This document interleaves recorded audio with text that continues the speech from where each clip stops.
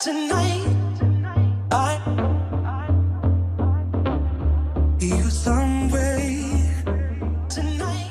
Hey guys, it's Luke here and welcome back to another video, and a video which is actually going to be quite exciting because it's going to be the start of what is going to be a bit of a mini series and a bit of a mini restoration on my E92 M3. This car has been my daily driver for about 18 months now. Just ticked over 90,000 miles. I've done about 26,000 miles of those in the last 18 months, as I said. And so over those 18 months, having had so many miles put onto it, it is looking a little bit tired and a little bit under the weather. Thanks to the, well, actually awful weather that we've been having at the moment, it is also filthy. However, I'm excited for this and I hope you guys are too, because I love this car. As annoying, unreliable and expensive as it is, I love it. And so I think by bringing it a new lease of life, it will make me feel a lot more excited on the road to 100,000 miles.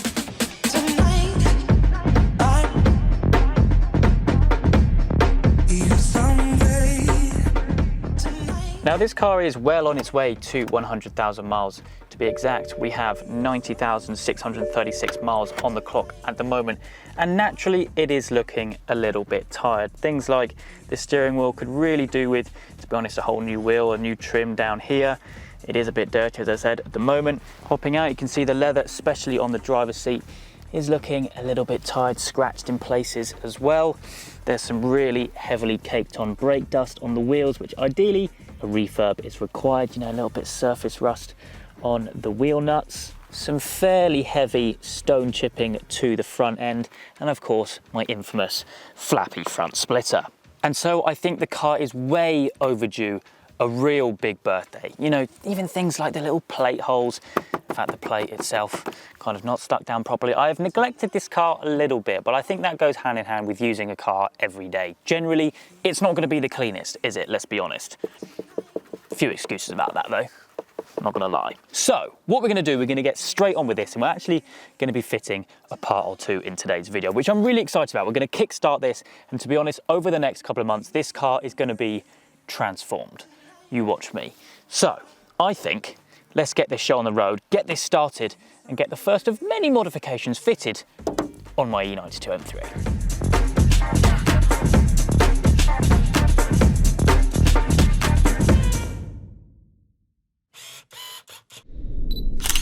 Now, before I show you around my somewhat tatty E92 M3, I would like to say a few words about today's sponsor, CarVertical. Now, if you haven't heard me speak about these guys before, basically they provide a really handy tool in order for you to find an honest and true used car. CarVertical is available in over 25 countries, and for a small cost, you can get a comprehensive report of any specific car. Simply put in the reg number or the chassis number of the car you want to search in on their website, and CarVertical will get to work to scour through thousands of global data sources to combine together every single piece of information about that car. The report will give you information about whether the car's been stolen before, whether it's been imported or exported before, general owner changes and everything like that, along with any damage history, whether it's been in a crash in the past. Jumping on the computer then, I can show you exactly what one of these reports looks like and basically how you can use it to your advantage. We can see here we have an F80 M3, but you can see it's never been stolen, which is good. Never had any mileage rollbacks or discrepancies, which is good. Doesn't have any financial or legal status issues, which is good. However, it has been damaged in the past, as we can see from the little icon there. Scrolling down, you have some details about the car and also some of the data sources which has been used to basically compile together all the information you see in this report. But scrolling down a little bit more, you can see the money shots, really, the damage photos, which have been gathered, I presume, from like a crash auction site or something. And also further down, you have presumably photos from where the car has been for sale in the past, presumably after this has happened. Scrolling down as well, you can see again there's no theft issues with the car, and also no discrepancies with the mileage. Actually quite low mileage as well. Down here you can actually see that the car's been damaged twice, so it's not the only time it's been crashed, which we saw in those photos, and it's also been listed as an insurance write-off. Scrolling down further, you have some specs on the car, and also at the very bottom you have a bit of a timeline of the car's history, right from when it was brand new, when it was first registered, and then any plate changes or owner changes in the past as well. But as you can see, a really comprehensive report of a specific car. And to be honest, if you ask me, it's an essential tool when searching the classifieds to find yourself a new used car. To be honest, it's really hard to find a car these days which hasn't had a bit of history, and using CarVertical, you can unbury any of that maybe secret information which sellers don't want you to know. So yeah, if you want to go check it out, then by all means, you can follow my link in the description. You can get a nice little discount as well. Hopefully, fingers crossed, it comes back clean, but it's always best to know before you pull the trigger on the car and then find out something like this afterwards.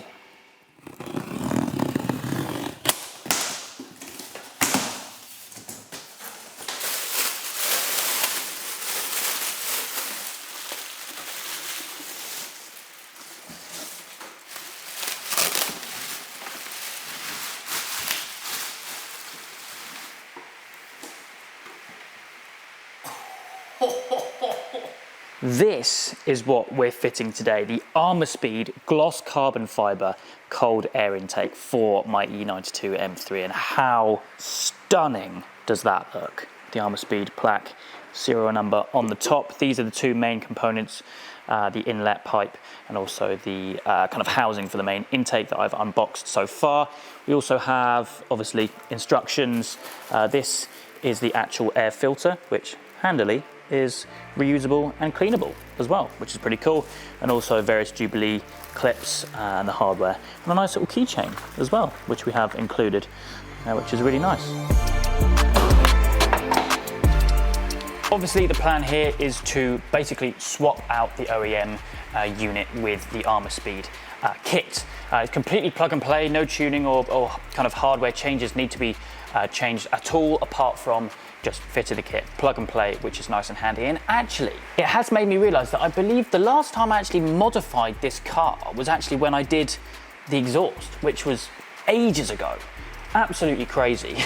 But yeah, I'm so excited to get this fitted. It's gonna make the bay look so good, because I mean, the OEM housing is absolutely huge, and to have that all in gloss carbon, it's gonna look really cool next to the OEM plenum as well. But yeah, I think let's get cracking. Fairly obviously, the first step of this is to actually remove the OEM kit, I suppose you could say. And we've basically got two T15 bolts or screws just at the front here. And to be honest, without jinxing it straight away, I'm not going to put that there, they shouldn't actually be too tricky. I am notoriously awful at anything DIY, but I reckon this is going to be pretty straightforward. So that should now pop off. Of course, things coming off is far easier than anything going back on. And actually, good news, that is the original part, which for a front end component from the 13th of June 2008 is good news. If you know, you know. Now, before we tackle the Jubilee clips to get this squishy inlet pipe out, I believe this kind of hose which connects to the plenum needs to come off. There we go. Pinch and pull, lovely. We now need a flathead for that. It's just something about doing work on your own car, and to be honest, you guys will know, I don't do a lot of it myself, and going into next year especially, that is going to be something I really want to start doing more, doing work on my own cars. It's very rewarding, and also, ultimately, I think it makes better content.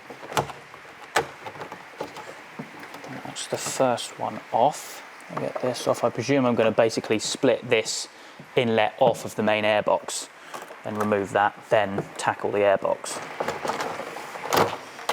That is now off. It's actually not too restrictive, to be honest. Right, plenum, airbox, that's staying, that's going. Having a little wiggle round with this, and to be honest, it seems like, to be honest, the inlet pipe acted as kind of an extra fixing for it, because it doesn't look like there's anything holding it down apart from these two little fellas here. So I think if we get those two off, we should be able to then remove the whole airbox. That can be off, and then basically we have a clean slate ready for the Armaspeed. Turns out these are actually 12mm, which I wasn't really expecting. Bit of an unusual one, but hey ho. Cool. This should be hopefully the final piece until everything's all taken off. Oh, yes. Oh, look at that. Blimey, that's a big unit. So we've got the feed coming from low down there, and that, I guess, clicks into that rubber bung at the bottom. Ah, very clever. Interesting, because that's full of rubbish quite quick, because I had that cleaned out and replaced not too long ago. Factory system now removed, and to be honest, you can see now the right-hand side of the engine, which you normally can't see because of the airbox sitting all there. This blue line here, by the way, is my vacuum line for the valves, which is very cool. Obviously fitted a while back by Mad DP up at Overkill Performance. Still the best thing, to be honest, the only thing I've done to this car is the exhaust. It's absolutely wild. But yeah, it makes you realise just how huge the engine is on this thing. Absolutely massive, and I'd love one day to get a carbon plenum on this. That would look really cool. I think maybe that might have to happen once the Armaspeed is all in here, looking nice and glossy. It's really going to lighten up the engine bay, which I'm, well, as I mentioned, very, very excited for. Okay, so I've just been trying to work out basically how this is going to fit all in. I'm going to put the airbox in and basically reverse the process with the new kit. Now these two fixing kind of positions here with these two bolts with washers, those I'm going to use for putting it back on. But I have realised that they've, obviously I presume for packaging purposes, they've put the whole airbox together. So there is actually obviously the bottom half and the top half, and we've basically got a load of these little T10 screws in there which I need to undo and basically split it in two, because, pan around here, because we have the two mounting points here underneath. Really nice that they've done that, and shows that it is really plug and play. But I need to split this in two so that I can fit it, then I can put the air filter in and then put this on. Probably last actually, put the lid on last.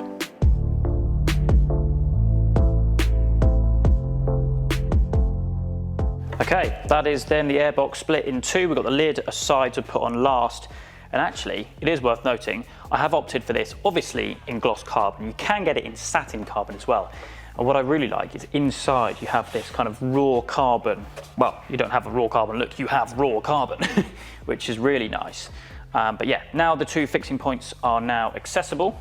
We can then bring this over to the bay, to its new home, where that is going to line up like so, and we can get that screwed down.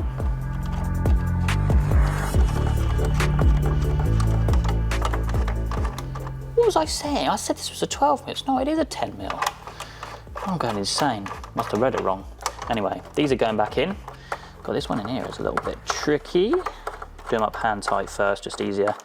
Then nip them up tight afterwards. Lovely stuff.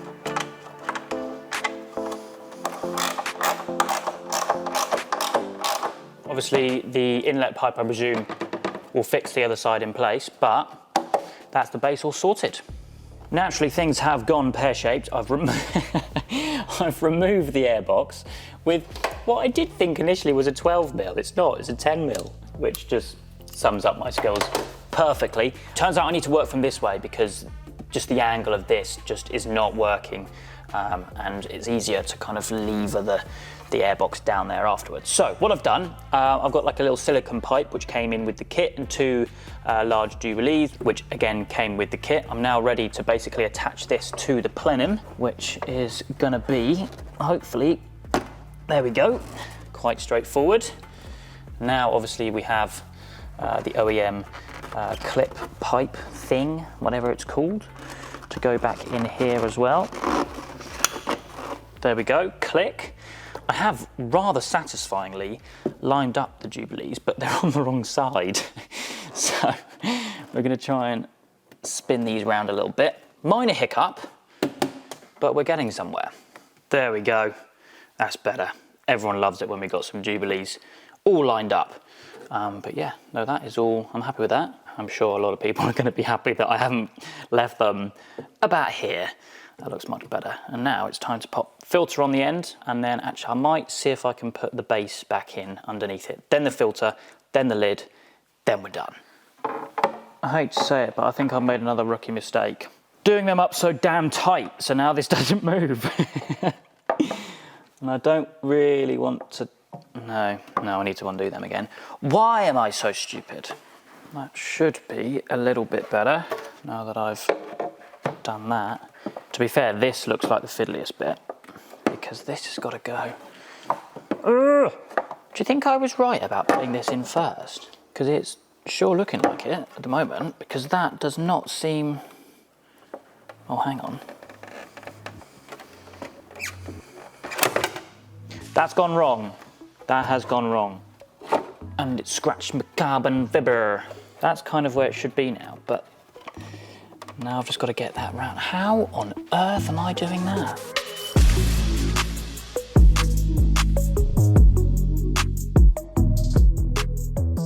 Okay, we're really starting to get somewhere now, which is awesome. That was very fiddly. I mean, it's obviously designed to be a completely closed intake, hence why it is so tight. There is protective kind of rubbering on the edge of that, which is good. But yeah, no, that's all in. Jubilees are back up. We're now pretty much ready to put the air filter in. Got another Jubilee, obviously, to pop in there as well. Fancy, see, I'm a qualified mechanic now. I've just tripped over my splitter, which is in a million pieces. Anyway, right, let's pop this on here. How cool does that look? It did look cool until it fell off. But yeah, I mean, just loosely placing this on there.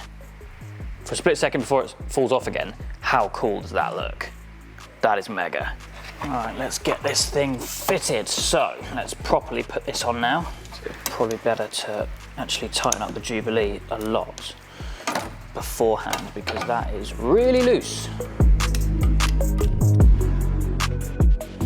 There you go.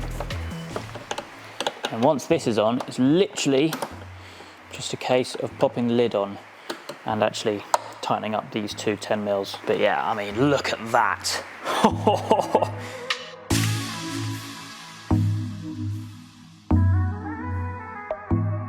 Just the lid of the airbox to go on now, of course, carbon as well. But just before we do that, I mean, look at this thing. How epic does that look? I'm sure it's gonna sound awesome as well. Still need to actually put that back on in there. But yeah, gloss carbon, looking absolutely awesome. Like I said, you can get this in like a satin carbon, which to be honest would look pretty good, because the OEM plenum kind of has that, you know, satin plasticky look, as does a lot of the other stuff in the engine bay. It in gloss does look really nice, but I think maybe in hindsight satin would have worked really well. But yeah, all in all, just a few more bits to do. I did get a before clip as well of the sound, so I'll do a before and after in a moment. But again, I'm pretty happy with my handiwork. A couple of issues along the way, but that's mainly down to my lack of skills more than anything else. But anyway, let's get this all finished up. We can see the finished article.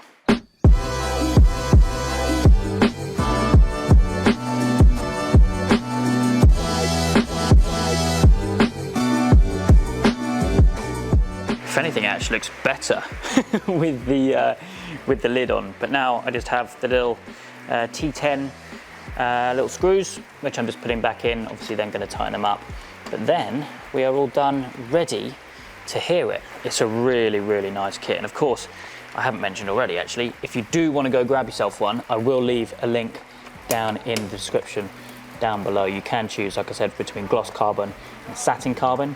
If I was in the position to buy one of these again, I would probably get satin, because I think that would look really nice again with the factory finish of the plenum. But yeah, if a complete novice like me can fit one, then anyone can. And I'm really, really looking forward to now to hearing it.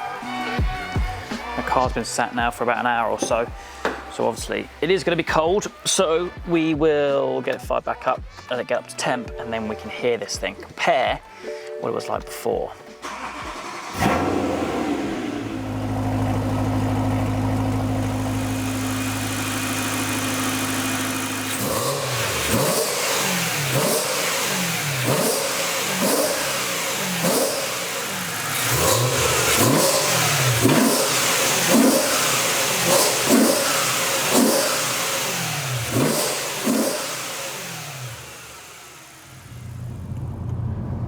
Naturally, of course, that before and after was with the valves closed, and I've just been driving the car a little bit actually just before turning on the cameras, and I might have ever so slightly altered with the vacuum feed, which actually controls my valves, because anything above 2000 RPM now, it automatically opens the valves.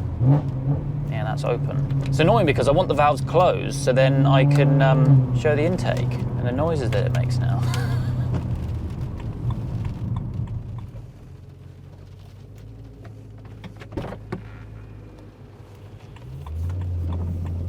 I've just pulled over and now the exhausts are closed. Very weird. I mean, I've evidently done something wrong. Oh, can you hear that? And there we go, they've just opened again. I didn't touch the valve controller then, but did you hear the induction noise? Now obviously you can hear that, but...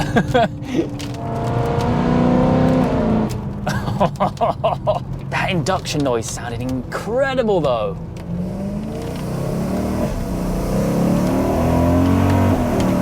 It sounds awesome. It sounds E46 like. Maybe it's the extra flow.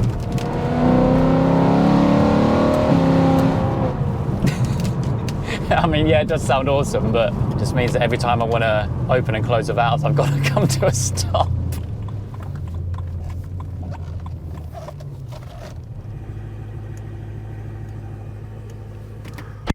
There we go. I'm going to shut up for this next acceleration, so hopefully you can just hear it.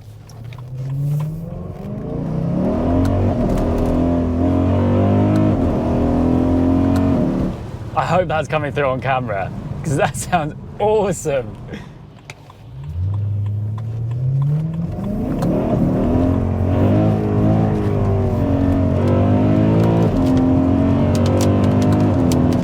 And also, a bit of live diagnostics going on here.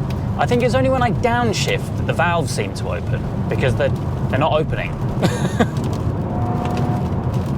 Really? They just opened.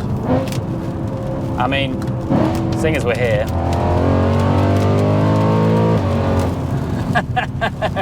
Anyway, the weather is absolutely atrocious. I'm glad that I was inside when fitting the full Armaspeed carbon induction kit.